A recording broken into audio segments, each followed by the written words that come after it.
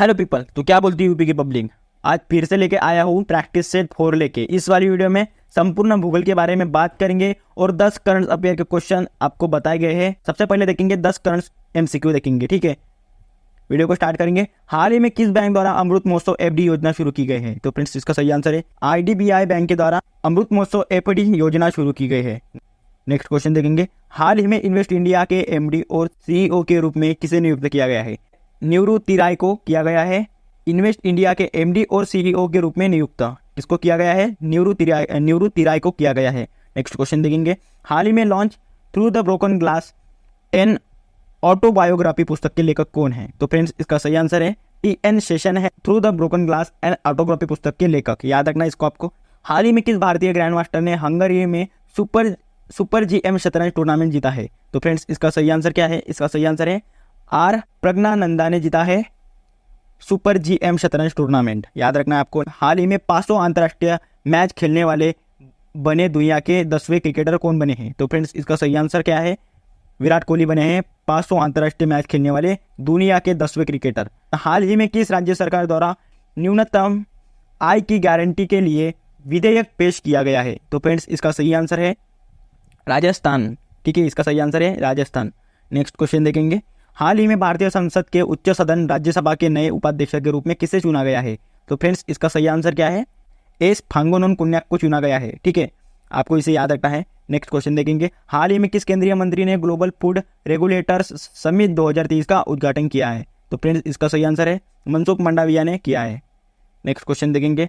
हाल ही में भारत के किस शहर में दुनिया का सबसे बड़ा कार्यालय बनाया गया है? तो फ्रेंड्स इसका सही आंसर है सूरत में बनाया गया है हाल ही में दुनिया का सबसे बड़ा कार्यालय। हाल ही में भारत ने रक्षा संबंधों को आगे बढ़ाने और औद्योगिक सहयोग को बढ़ावा देने के लिए किस देश के साथ एक समझौते पर हस्ताक्षर किया है? तो फ्रेंड्स इसका सही आंसर है किस देश के साथ हस्ताक्षर किया है? अर्जेंटीना के साथ हस्ताक्षर किया है, ठीक है। तो इसके बाद देखेंगे भूगोल के प्रश्न। उत्तर प्रदेश में देश की कुल कितने प्रतिशत कृषि योग्य भूमि है? तो फ्रेंड्स इसका सही आंसर है 10% कृषि योग्य भूमि है। याद रखना इसको। डिटेल देखेंगे। उत्तर प्रदेश भारतवर्ष का एक विशिष्ट राज्य है जिसका क्षेत्रफल 24,928 वर्ग किलोमीटर इतना है, ठीक है। जहां पर देश की कुल कृषि योग्य भूमि का लगभग 10.48% भाग पर कृषि की जाती है। यहाँ पर रबी खरीफ जायद तीनों प्रकार के फसलें उगाई जाती है। कौन सी फसलें उगाई जाती है? रबी खरीफ जायद तीनों प्रकार के फसलें उगाई जाती है। नेक्स्ट क्वेश्चन देखेंगे। उत्तर प्रदेश में शेखावत झील कहाँ पर स्थित है? तो फ्रेंड्स इसका सही आंसर है अलीगढ़ में स्थित है शेखावत झील उत्तर प्रदेश में। शेखावत झील अलीगढ़ से 5 किलोमीटर की दूरी पर स्थित है। कितनी दूरी पर स्थित है? 5 किलोमीटर की दूरी पर स्थित है। शेखावत झील समृद्ध जैव विविधता से भरी एक सुंदर झील है, ठीक है। कौन सी झील है ये? समृद्ध जैव विविधता से भरी एक सुंदर झील है। नेक्स्ट क्वेश्चन देखेंगे। गंगा यमुना के संगम पर प्रख्यात कौन सा नगर है? तो फ्रेंड्स इसका सही आंसर है इलाहाबाद नगर है गंगा यमुना के संगम पर प्रख्यात, ठीक है। डिटेल देखेंगे। इलाहाबाद में गंगा यमुना और लोक कथाओं के अनुसार सरस्वती के मिलन स्थल को त्रिवेणी संगम कहते हैं। कौन सा संगम कहते हैं? त्रिवेणी संगम कहते हैं। याद रखना है आपको। चंद्रप्रभा अभयारण्य कहाँ पर स्थित है? तो फ्रेंड्स इसका सही आंसर है उत्तर प्रदेश में स्थित है चंद्रप्रभा अभयारण्य। याद रखना है, इसे आप इंपॉर्टेंट करके रखना, ठीक है। इसके ऊपर डिटेल देखेंगे। चंद्रप्रभा वन्यजीव अभयारण्य उत्तर प्रदेश के चंदौली में विंध्य वन रेंज में विजयगढ़ और नौगढ़ नामक 2 पहाड़ियों पर फैला हुआ है। याद रखना है आपको इसे। इस वन्य जीव अभयारण्य को मई 1957 में स्थापित किया गया था। कब स्थापित किया गया था? 1957 में इसको स्थापित किया गया था।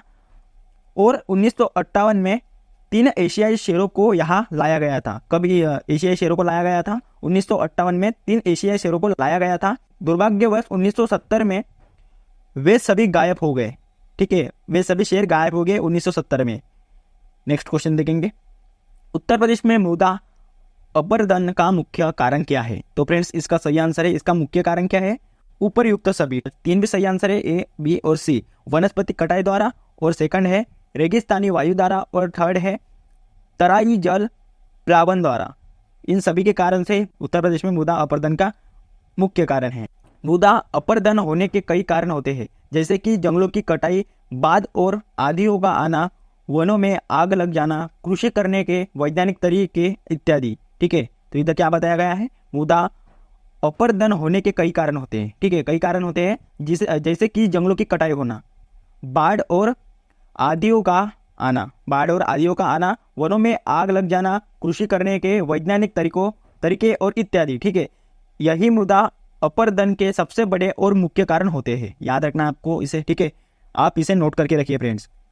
नेक्स्ट क्वेश्चन देखेंगे, उत्तर प्रदेश के किस जिले में पटना पक्षी विहार प्रस्तापित है? तो फ्रेंड्स इसका सही आंसर है एटा जिला है, जो कि उत्तर प्रदेश में स्थित है। यहाँ पर पटना पक्षी विहार प्रस्तापित है। याद रखना इसे आपको। नेक्स्ट क्वेश्चन देखेंगे, लाख बहोशी पक्षी विहार कहाँ पर स्थित है? तो फ्रेंड्स इसका सही आंसर है कन्नौज में स्थित है लाख बहोशी पक्षी विहार अभयारण्य। याद रखना इसे भी आपको। लाख बहोशी अभयारण्य उत्तर प्रदेश के कन्नौज जिले के लकबसोई गांव के पास स्थित है। कौन से गांव के पास स्थित है? लकबसोई गांव के पास स्थित है।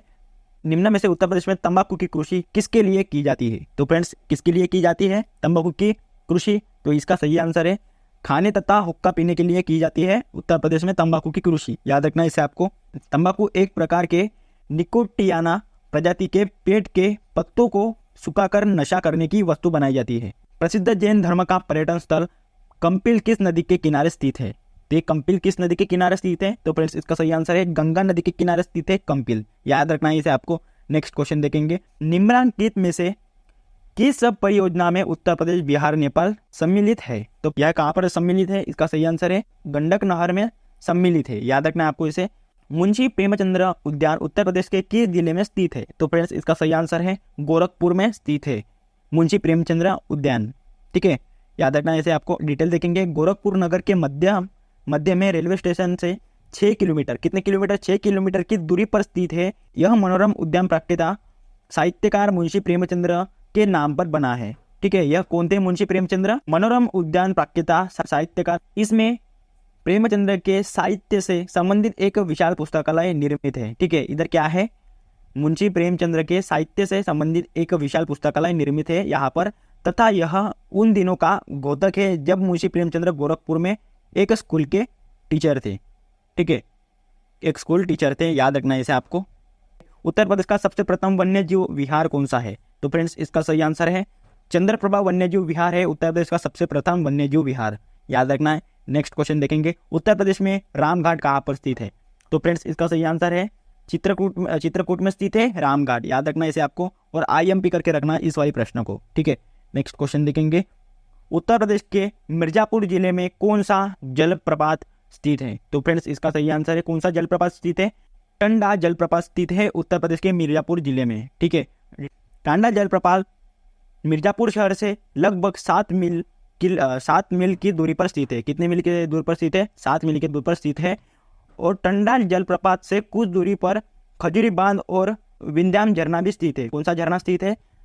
विंध्याम झरना स्थित है और खजूरी बांध स्थित है कुछ दूरी पर। ठीक है, टंडा जलप्रपात के। नेक्स्ट क्वेश्चन देखेंगे, उत्तर प्रदेश में सबसे पहले किस पक्षी विहार का निर्माण हुआ था? तो फ्रेंड्स इसका सही आंसर है नवाबगंज पक्षी विहार का निर्माण हुआ था सबसे पहले उत्तर प्रदेश में।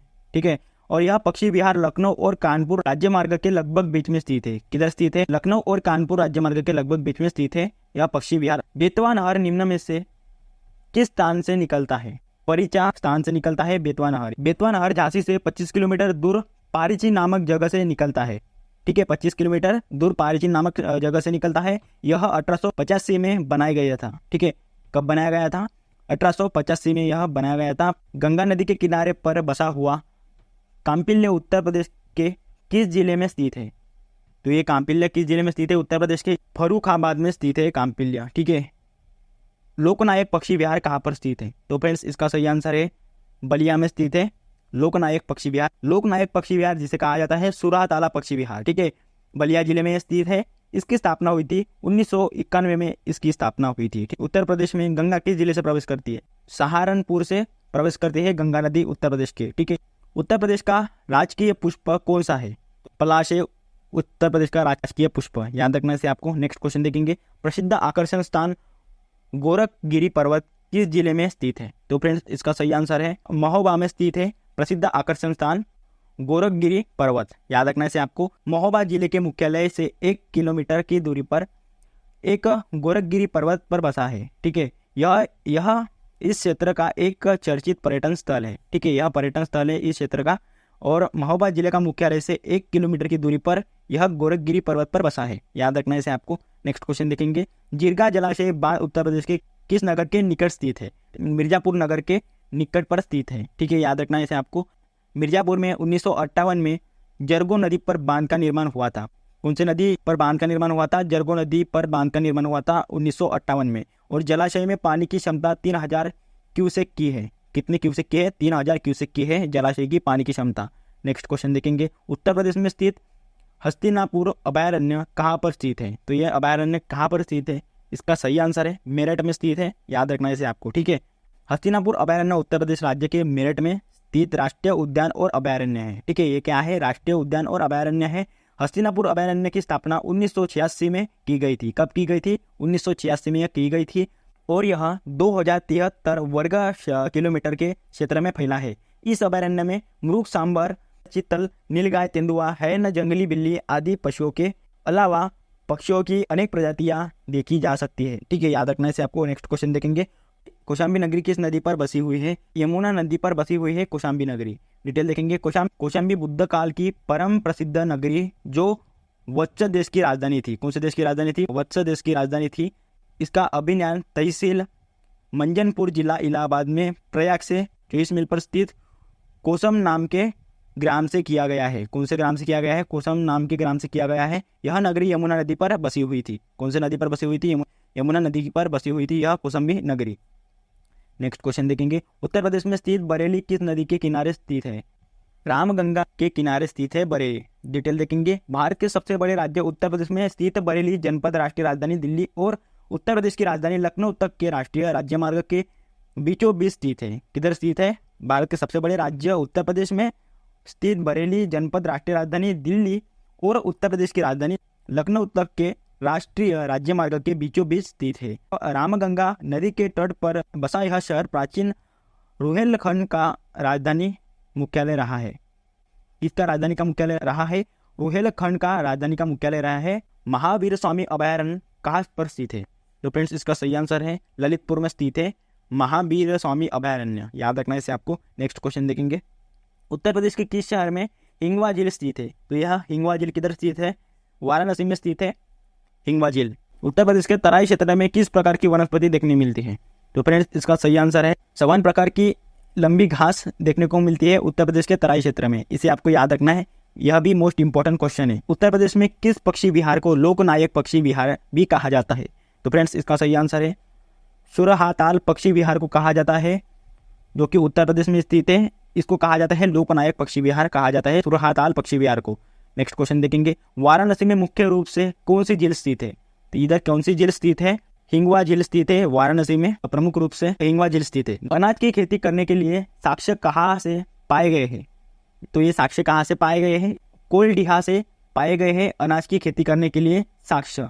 पुनरीक्षण टोंस पंप नहर से निम्नलिखित में से कौन सा जिला लाभान्वित होता है? तो फ्रेंड्स, इसका सही आंसर है इलाहाबाद। यह जिला पुनरीक्षित टोंस पंप नहर से लाभान्वित होता है। करेला व इतोजा झील कहाँ पर स्थित है? तो ये कहाँ पर झील स्थित है?